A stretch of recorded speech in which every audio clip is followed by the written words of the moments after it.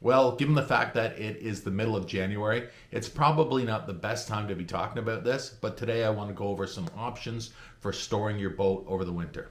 Now, the reason that this comes to mind now is because a fellow boater slash YouTuber that we follow has been struggling of late trying to keep a cover over their boat for the winter, and I want to just give you guys all some options when it comes to storing your boat, maybe for next year, something that you can consider. Now, there's probably 5 or 6 different options that you could have for storing your boat over the winter.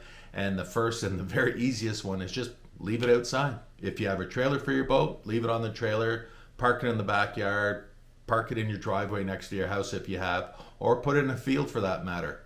We've all seen those boats sitting out there seemingly abandoned off in the distance off the side of the road. And some people do that. For what reason, I don't know, and for what level of success, I could only imagine. But that is, like I say, the very simplest and the cheapest way to do it. Just leave it outside and leave it open to the elements and let the chips fall where they may. Now, I would imagine that most people wouldn't choose that option and not take the chance of leaving their boat out in the open, leave it exposed for the winter. So I'm going to show you a few different storage options that we've taken advantage of on our different boats over the years. Now, for us, most of our boats at one point or another have been under a covered slip for the winter. Now, just because they've been under a covered slip doesn't necessarily mean they're going to be out of the elements. Now, here's a couple of shots that I took midwinter of our previous boat when it was stored in a covered slip. Now, as you can see, just because it's under a roof doesn't necessarily mean that it's going to be protected all winter long from snow. If we have a lot of snow combined with a lot of wind, a lot of that snow is going to find itself on top of the boat. Now, remember, that's going to be affected by the location of the marina, how open it is to the elements, and if there's nothing around like trees or buildings to protect it, yeah, a lot of the snow will fly up on top of the boat and maybe even inside the boat. See, here's me actually having to brush out the snow that flew inside the cockpit. Yeah, it blew right underneath the transom door and found its way inside the boat. So that's pretty cool.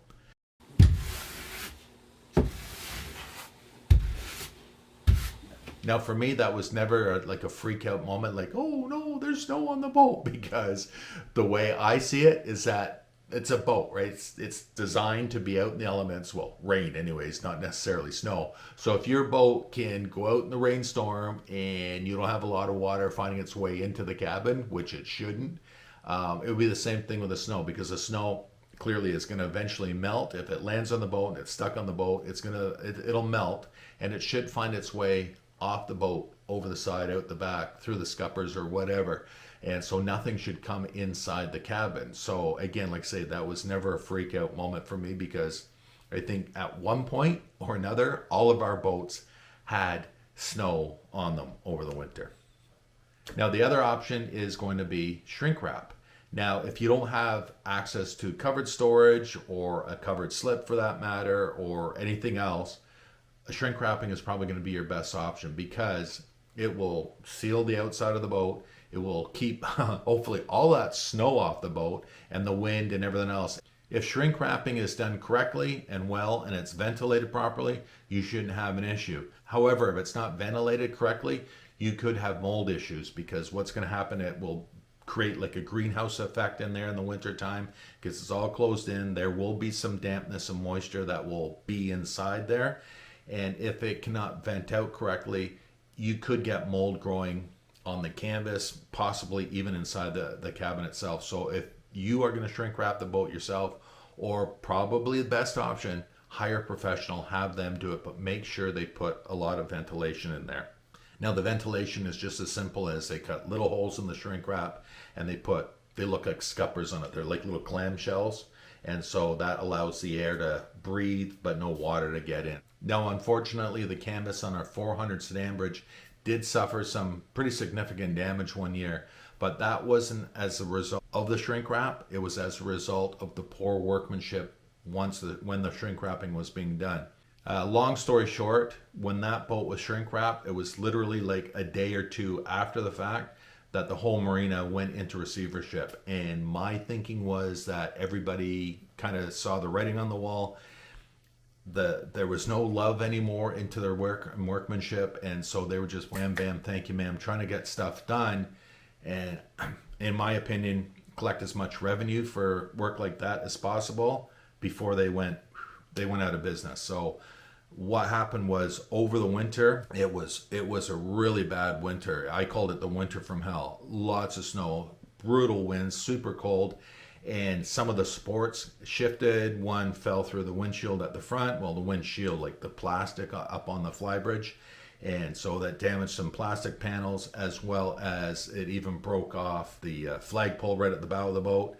And not only that, when they were shrink wrapping it, they didn't care, didn't pay attention, applied too much heat, and they actually started to melt some of the plastic glass panels, the window panels on the back of the canvas on the boat. So yeah, that was too bad.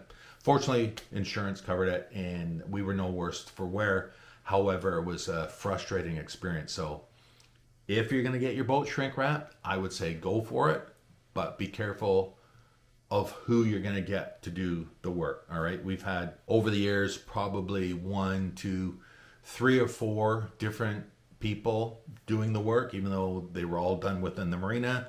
You have different crews or different management teams that are in the marina, so they're all going to have different levels of ability and care. So try to do your homework. Make sure you have somebody who's qualified, knows what they're doing, and cares about what they're doing, so it's a good job and you don't have any issues. Now, unfortunately, the crew from Eternity Shore have attempted to throw up a tarp. A couple years ago, they had the boat shrink wrapped, and then they saved that shrink wrap and then reapplied it the following year, which had mixed results. Unfortunately, this year they tried to just throw a tarp over it. My experience is that will never ever work. I don't care how big the tarp is, how strong the tarp is, or whatever. It's not going to work, because the reason is, and I'm going to come back to shrink wrapping again. When they apply shrink wrapping, it's just big plastic panels, or sorry, it's big plastic sheets that they apply over the boat, over somewhat of a frame to droop it over the boat, and then they hit it with that previously mentioned heat gun, which is actually, it's a flame, propane supplied, and they kind of melt it and it shrinks, and that's why it's called shrink wrap. And as they shrink it, it gets very tight. And so when it's tight, the tighter it is, the better it is, because it will stay more stable over the winter, and any snow or rain for that matter that may hit it should just run off in sheets. The problem that you have with a tarp, you can't get it tight everywhere, and you will have places where snow or rain will accumulate, and then it'll droop, it'll pull things down, and eventually it will tear. Wherever you have stanchions, uprights holding it up, the wind is going to be buffing against it, and when it's windy and it's cold in the winter, guaranteed it's going to tear, and there's not a lot that you can do about it. So for anybody who thinks they're going to save a couple bucks trying to throw up a tarp, I've seen enough times. They will not last the entire winter. It's just a frustration, and the end result is words are generally exchanged if it's a boating couple, and finger pointing and whatnot, but also potential for damage to the boat. So do yourself a favor. If the boat's going to be outside in the winter, have it shrink wrapped. Shrink wrapped. That's probably your best option. But again, just keep an eye on who's going to do the work, and make sure you have some, if nothing else, recommendations, or just look at some of their work. Because if you go from marina to marina, especially this time of the year, and you can look at different boats and the shrink wrapping jobs, some are nice and tight, and it looks nice, a clean job done by somebody who's professional, somebody who cares, and somebody who takes the extra effort, so it looks good and they walk away happy and everybody's happy. But there's also ones that they're kind of flimsy, they just throw it up quickly, and again, that's going to fail over the winter. We've seen that as well. So do your homework, hire a good firm, budget for it, and yeah, that's probably your best option. Now, when I say that's probably your best option, I'm talking about boats that have to be outside for the winter. If you have a garage that's big enough and your boat will fit in, by all means, throw the boat in there.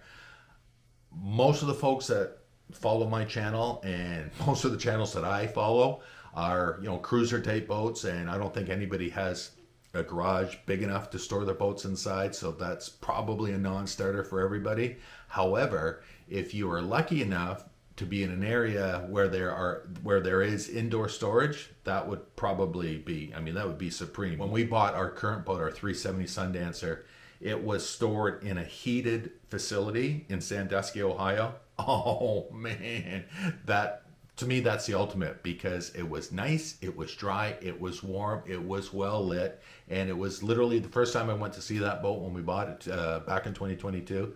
It was winter time. I was working on the boat just in a t-shirt. It was awesome. It was fantastic. Lots of light, beautiful, and yeah, you got electricity. You can do whatever you want, and yeah, that's again, to me that would be the best. However, unfortunately, in this neck of the woods where we are in Ontario, there are very few there's very few indoor storage facilities, and even fewer that are heated. Now, the caveat for indoor heated storage is it's going to be expensive. So if you want to look into that and you can swing it, that's probably going to be your best, especially if you're handy and you want to work on your boat in the winter. Man, it's nothing like walking in that door. It's ice cold outside. You walk, it's nice. Down to a t-shirt, plug in your tools and your battery chargers, and you can work all winter, literally all winter on your boat, especially if you want to work on projects. Unfortunately, when we bought our boat and it was in heated storage, it's hundreds of miles from our home, and so every time I went to see the boat before we took possession, or before the boat came up to Ontario, I had precious few days to work on the boat there, but I would have loved to been in that facility all winter long. Now, one more option, but I've only ever seen this once in my life, is in water heated winter covered storage. Huh? How does that work? When we bought our 400 Sandbridge 15 years ago, that was in a facility at Macrae Harbor Marina in just north of Detroit on Lake St. Clair, and they offered covered slips, which are precast concrete buildings, and you could drive your boat in there and keep it there year round. And what they would do in the winter time, the boat stays in the water, it's floating, and it's Detroit, so it's got the same climate as we have here in this part of Ontario. Bloody cold in the winter. So what they do is they close the garage doors, and they're electrically operated, so big giant garage doors, and they actually go into the water a foot or two. The boat stays in there, and they have gas-fired radiant heat in the ceiling. So it's toasty warm. The boat doesn't have to come out of the water. If you want to chance it, you don't even have to winterize your boat, and you can be on the boat again all winter long. Now, I'm sure that it doesn't get up to 70 degrees in there in the winter, but it's clearly going to be well above freezing. And again, you could plug in tools and work on your boat all winter long. Yeah, so just imagine that. You can be on your boat in the winter. It can be really go well below freezing all winter long, but you can go to that building, go inside, go onto your boat. You can get off the dock, jump on your boat, get off the boat, on the boat, off the boat, and you can have the boat rocking all winter long because it is floating in the water. How awesome would that be? Again, the caveat there, it is super expensive, as you could well imagine. I don't know the exact cost, but let's put it this way: from what the seller was telling us when we bought the boat, it was like double what we were paying in our marina for a covered slip, and that was a nice marina that we were in at the time. So again, there's an option, but that is going to be very few and far between where you can do that. So there you have it. I hope I presented a number of options for you. I know a lot of you guys already have a boat and you have a system already worked out, but for anybody who's new into boating or have been struggling with their current situation, there are more options that I hope you're going to look at. And Jeff, best of luck, buddy. We're rooting for you, and I hope you get this worked out. And I hope that maybe next year, when the boat gets hauled out, you'll have a plan in action that you don't have to worry about, you don't have to be concerned about. And again, the other thing is, nobody wants in the middle of the night in the wintertime to hear the wind howling outside, which we all have here in the north, and you just think, my mind goes back to the boat. I hope the boat's okay. I hope there's not going to be an issue with it. And if you live far-ish away from your boat, it can be sometimes a pain just to have to run there on the weekend to look at it and find out what condition it's in. So best of luck again to you, Jeff. For you guys, I'm going to leave a link down in the description. It is Eternity Shore. Jeff and his wife Mary are relatively new into the cruising boat lifestyle. Don't have a lot of experience, but honestly, man, I, I gotta hand it to you guys. They are not afraid to get their hands dirty and jump into anything and do what they got to do to fix things. So check out their channel, look at the projects, and yeah, encourage them, egg them on to say, let them know what a great job that they're doing, that you're following along. And I know that Jeff would love to hear from you. Okay, that's it from me on this one. As always, leave a comment, let me know what you think. And I'm going to finish this one up by saying, you know me, I don't, I'm not like, hey, make sure you subscribe, like, ring the bell, and all that stuff. But I'm getting a lot of people recently over the last number of months that, I'll meet and they're like, oh, you don't do YouTube anymore? Yes, I do YouTube, man.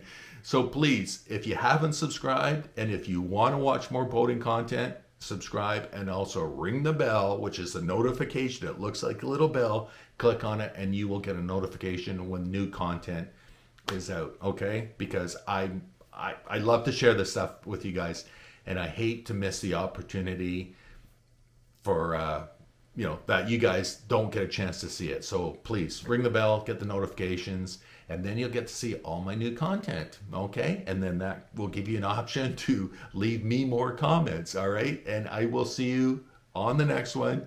Take care. Happy boating. Spring's around the corner. We'll see you in the next one. Cheers. So let's look over.